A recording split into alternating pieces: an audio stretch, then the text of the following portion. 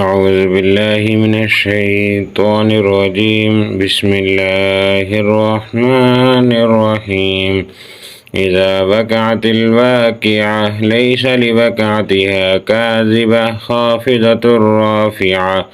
إذا رجت الأرض رجا وبست الجبال بسا فكانت هباء منبثا وكنتم أزواجا ثلاثا فأصحاب الميمنة ما أصحاب الميمنة وأصحاب المشأمة ما أصحاب المشأمة والسابقون السابقون أولئك المقربون في جنات النعيم ثلة من الأولين وقليل من الآخرين على سرر موزونة متكئين عليها متقابلين يطوف عليهم ولدان مخلدون بأكواب وأباريك وكأس من معين لا يصدعون عنها ولا ينزفون وفاكهة مما يتخيرون ولحم طير مما يشتهون وحور عين كأمثال اللؤلؤ المكنون جزاء بما كانوا يعملون لا يسمعون فيها لغوا ولا تأثيما إلا قيلا سلاما سلاما. وأصحاب اليمين ما أصحاب اليمين في سدر مخضود وطلح منضود وظل ممدود وماء مسكوب وفاكهة كثيرة لا مقطوعة ولا ممنوعة وفرش مرفوعة.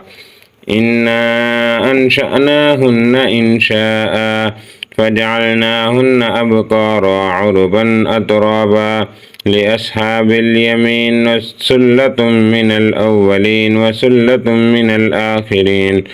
وأصحاب الشمال ما أصحاب الشمال في سموم وحميم وظل من يحموم لا بارد ولا كريم إنهم كانوا قبل ذلك مترفين وكانوا يصرون على الحنث العظيم وكانوا يقولون أئذا متنا وكنا ترابا وعظاما أئنا لمبعوثون أوآباؤنا الأولون قل إن الأولين والآخرين لمجموعون إلى ميقات يوم معلوم ثم إنكم أيها الضالون المكذبون لآكلون من شجر من زقوم فمالئون منها البطون فشاربون عليه من الحميم فشاربون شرب الحيم هذا نزلهم يوم الدين نحن خلقناكم فلولا تصدقون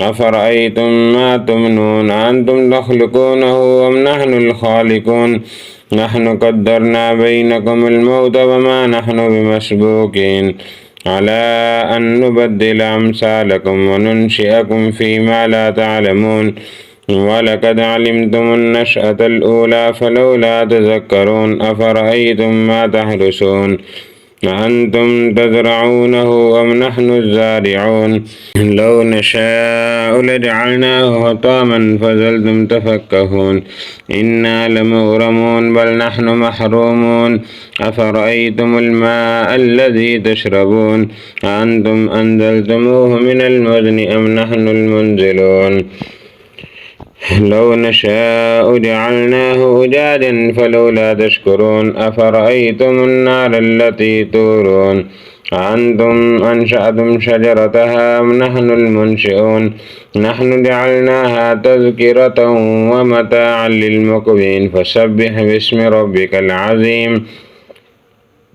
فلا أقسم بمواقع النجوم إنه لقسم لو تعلمون عظيم إنه لقرآن كريم في كتاب مكنون لا يمسه إلا المطهرون تنزيل من رب العالمين أفبهذا الحديث أنتم مدهنون وتجعلون رزقكم أنكم تكذبون فلولا إذا بلغت الحلقوم وأنتم حينئذ تنظرون ونحن أقرب إليه منكم ولكن لا تبصرون فلولا إن كنتم غير مدينين ترجعونها إن كنتم صادقين. فأما إن كان من المقربين فروح وريحان وجنة نعيم. وأما إن كان من أصحاب اليمين فسلام لك من أصحاب اليمين.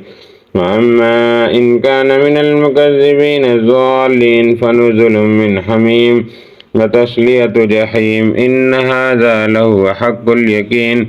وسبح باسم ربك العظيم. صدق الله العظيم.